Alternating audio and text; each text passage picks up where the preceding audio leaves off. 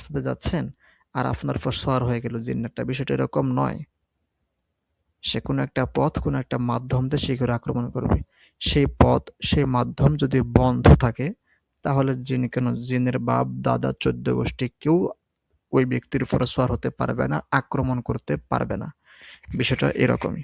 আচ্ছা তাহলে জিন প্রবেশের এই দরজাসমূহ কি, কি? এগুলো তো ভালোভাবে শিক্ষা গ্রহণ করতে হবে, ভালোভাবে বুঝতে হবে। এখানে শুধু মূল পয়েন্টগুলো লেখা আছে।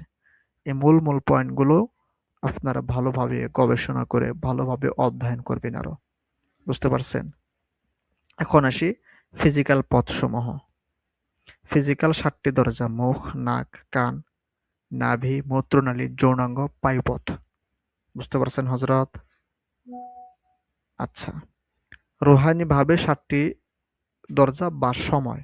এখানে সময়ের কথা উল্লেখ আছে, মূলত দরজা। কখনো যদি আমার কথা না শুনতে পারেন, অবশ্যই বলবেন আমাকে, হ্যাঁ? যে শোনা যাচ্ছে না, এরকম বলবেন। মিউট করেন ইয়া। হাসান সাহেব মিউট করেন, হ্যাঁ। আচ্ছা, আচ্ছা। এখন আসি রুহানিভাবে ৭টি দরজা বা সময়। এটা খেয়াল করেন। আহ এগুলো হচ্ছে কি, যদিও এগুলো কোনো দরজার মতন বা এরকম না, কিন্তু এগুলো হচ্ছে রুহানিগতভাবে এগুলো জিন্নাত প্রবেশের একটি রাস্তা, জিন্নাত প্রবেশের একটি সময়, জিন্নাত প্রবেশের একটি দরজা। বিষয়টা হচ্ছে এরকমই। দেখেন, ১ নম্বর দরজা হলো ভয়। এটা নিয়ে অনেক লেকচার দেওয়া যায়। হ্যাঁ? গতকাল আমি বলেছিলাম, খেয়াল করেন মনে আছে কিনা? যে জিন্নাত তখনই মানুষের উপর আক্রমণ করতে পারে যখন তার রূহটা দুর্বল হয়ে যায়। আয়াত পড়েন। আয়াত পড়লে তো বুঝতে পারেন। ওমাই ইয়াশু আন যিকরির রহমানি নুকাইয়িদ লাহু শাইতানান ফাহুয়া লাহু। পরেরটুক কি বলেন? নাই? এখানে হাফেজ সাহেব নাই? হ্যাঁ, আচ্ছা, আচ্ছা। ফাহুয়া লাহু করিন। এখানে খেয়াল করেন। এই আয়াতটা পড়লে বুঝতে পারবেন যখন কোনো মানুষ আল্লাহর জিকির থেকে মুখ ফিরিয়ে নেয় তখনই আল্লাহ তাআলা শয়তান চাপিয়ে দেয়। মানে শয়তান তার উপর কি, হ্যাঁ, চেপে ধরে এক কথায়। তা আসলে এই জিকির এটা মানুষের রূহকে জাগ্রত করে। আর যখন মানুষ জিকিরটাই ছেড়ে দেয় তার রূহটা কি হয়? মৃত হয়ে যায় আস্তে, আস্তে। দুর্বল হয়। বুঝতে পারছেন? আর রূহটা দুর্বল হলেই তখন শয়তান কি করতে পারে? আক্রমণ করতে পারে। এই হচ্ছে বিষয়। আলম ভাই মিউট করেন, হ্যাঁ? আলম ভাই মিউট করেন। হ্যাঁ, এখন মিউট হইছে। দেখেন, ভয়। এই ভয়টা হচ্ছে একটা দরজা। এটা কিভাবে কাজ করে? যখন মানুষ ভয় পায়, ভয় পেলে তার রূহ, তার মন দুর্বল হয়ে যায়। যতই শক্তিশালী মন হোক, যতই শক্তিশালী রূহ হোক, দুর্বল হয়ে যায়। এখন দেখেন বিষয়টা, এখন একজন ব্যক্তি আমল করে, সবই করে, আমল, আখলাক, হ্যাঁ? অনেক হেফাজতের আমল করে, আমলের কোনো শেষ নাই। তার মনের ভেতর ভয় থাকলে, ভাই আমলের মাধ্যমে কখনো ভয় দূর করা যায় না। ভয় দূর করতে হলে তাকে কথার মাধ্যমে আপনাকে ভয় দূর করতে হবে, কোনো সমস্যা নাই। এটা কোনো সমস্যা না। এটা ভয়, এটা আপনি কি মনে, মনে ভয় পাচ্ছেন? হ্যাঁ? তারপর কিছু হরমোনের সমস্যার কারণে এটা হয়ে থাকে। আচ্ছা। আবার আমলও আছে। ভয় পাওয়ার কি দোয়া আছে।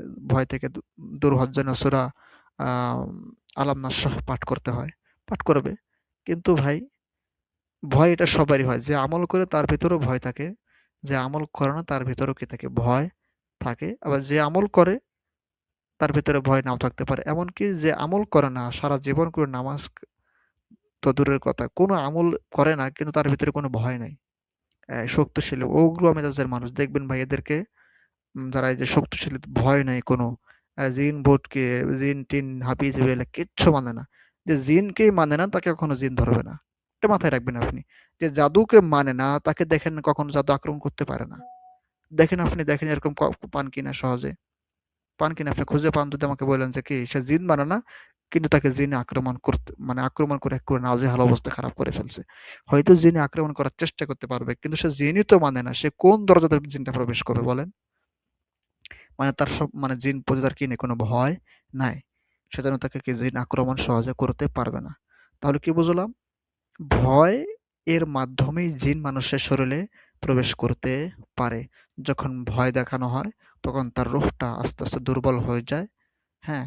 সে তখনই ওই সময়কে জিন্নাত প্রবেশ করে। আচ্ছা, এ সম্পর্কে আরো দীর্ঘ আলোচনা করা যায়। যাই হোক, এভাবে আপনার বিষয়গুলো আরো অধ্যয়ন করবেন ইনশাআল্লাহ।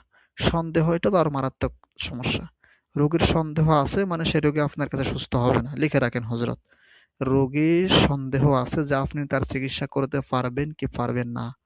এরকম সন্দেহ নিয়ে রোগী আসলে গেলা হোমিও চিকিৎসা এবং এই যে রোহানিগত চিকিৎসা, এই ২ টা চিকিৎসায় সন্দেহজনক রোগী কখনো সুস্থ হয় না। বুঝতে পারছেন কি চিকিৎসা? এই ২ টা চিকিৎসা। একটা হলো আমাদের এই রোহানিগত চিকিৎসা, আরেকটা হলো হোমিও চিকিৎসা।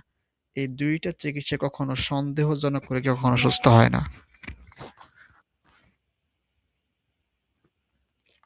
এই হচ্ছে বিষয়। তারপর হচ্ছে উদাসীন। এর আগামীকাল আলোচনা করব না সন্দেহজনক বিষয় নিয়ে কোনো একটা। উদাসীন, রোগীর যদি উদাসীন থাকে, এই রোগীটাকে সহজে জিন্নাত আক্রমণ করে। খেয়াল করবেন, একটা মহিলা রোগী সেদিন আসছিল। কি সমস্যা? গত পরশুদিন রাত্রে শুইছি তখন থেকে আমার প্রচন্ড সমস্যা হচ্ছে। কে যেন ভার দিয়ে আছে। এক্কেবারে মানে সে দেখতেছে কাউকে এসে তার শরীরের উপর ভর দিচ্ছে। এরকম সমস্যা মানে আরকি জিন্নাত এসে আক্রমণ করছে। সরাসরি আক্রমণ করছে। পরে আমি বললাম যে, "এরকম ঘটার কারণ কি? আপনার একটা ঘটনা বলেন। সেদিন আপনি কি করছেন? আমার ইতিপূর্বে কখনো জিন্নাত আমাকে আক্রমণ করে নাই। তাহলে আপনি কি করেছেন সেদিন? আমাকে একটু খুইলা বলেন। কি করেছেন?" হ্যাঁ, জানি তো তার জিন্নাতের সমস্যা। কিন্তু হাজিরা তার কি দেখবো আমরা? এখন উনি বলল যে, "আমি মানে মাগরিবের কিছুক্ষণ আগে আমি আপনার আমাদের বাড়ির সামনে একটা গাছ ছিল। সেই গাছতলায় বসে আ সে মানে কিছু বিষয় নিয়ে অনেক মানে ভাবনায় ছিল এবং একেবারে উদাসীন হয়ে বসেছিল এক কথায়। এই তখন থেকে এই সমস্যাটা হইছে। মানে অন্য জগতে ছিল। হ্যাঁ? সে জায়গায় বসে আছে কোনো ইয়া নাই। মানে সে কে, কি করতেছে, কি ভাবতেছে কিচ্ছু মনে নেই। মানে এক অন্যমনস্ক নিয়ে বসে আছে। তখনই জিন্নাতটা কি করছে তাকে আক্রমণ করছে। রাত্রে থেকে সমস্যা বেশি শুরু হইছে। তাহলে দেখেন হযরত মূল সমস্যা কই থেকে শুরু হইছে? উদাসীন থেকে। বুঝতে পারছেন? অতিরিক্ত যৌন স্পৃহা, অতিরিক্ত রাগ, এগুলো অতিরিক্ত রাগের ক্ষেত্রেও জিন্নাত সহজে প্রবেশ করতে পারে। বিশেষ করে যারা জিন্নাতের রোগী, যখন দেখবেন এই জিন্নাতের রোগীরা যদি রাগ করে, তৎক্ষণাৎ জিন শরীরে হাজির হয়ে যায়।